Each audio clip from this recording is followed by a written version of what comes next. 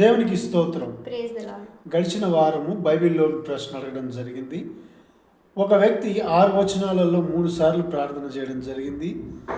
ఆ 3 సార్లు కూడా దేవుడి నుంచి అద్భుతాలు పొందుకోవడం జరిగింది. Last week we had asked one question from the Bible.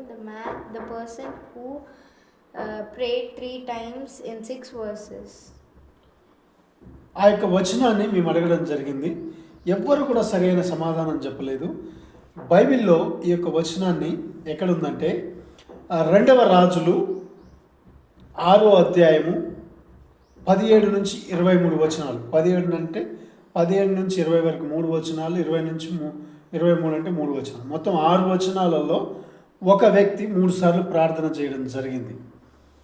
2వ రాజులు 6వ అధ్యాయము 17 నుంచి 23 వచనాల వరకు.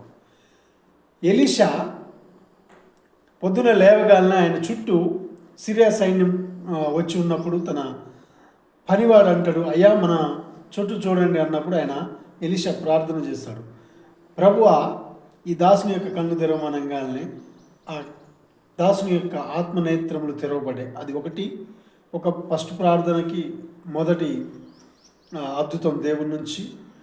రెండవది, ప్రభువా వీరికి వీరి కళ్ళు కనిపించకుండా మందదృష్టి కలిగించమని ప్రార్థన చేసిండు. రెండవ ప్రార్థన వెంటనే వారందరికీ కూడా వచ్చిన సైన్యానికి చూపు మందగించింది. వాళ్ళు ఎడిపోతున్నారో ఏందో తెలియదు. అప్పుడు ఇది రెండవ అద్భుతం. అప్పుడు ఎలీషా ఆ సైన్యాన్ని, సిరియా సైన్యాన్ని అంతటిని కూడా తీసుకొని రాజుకాడికి వెళ్ళిండు.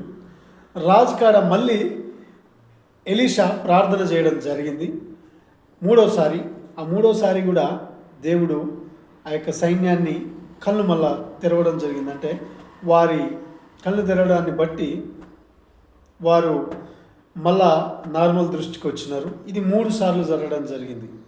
3 సార్లు ఎలీషా ప్రార్థన చేసిండు. 3 సార్లు అద్భుతాలు వెంటనే జరిగినాయి. ఇదే వచనాన్ని మనము లాస్ట్ వీక్ అడిగినాం, కానీ ఎవ్వరు కూడా చెప్పలేదు. నిజంగా బైబిల్ చదువుతూ ఉన్నాం కానీ దాన్ని అర్థం చేసుకొని జ్ఞాపకం ఉంచుకోవడం చాలా కష్టం చాలామందికి. దయచేసి ట్రై చేయండి. ఇంకా రానున్న రోజులలో మంచి దేవుని విషయాలను మనం తెలుసుకుందాం. దేవుని ఆత్మీయ కార్యాలను మనం చూద్దాం.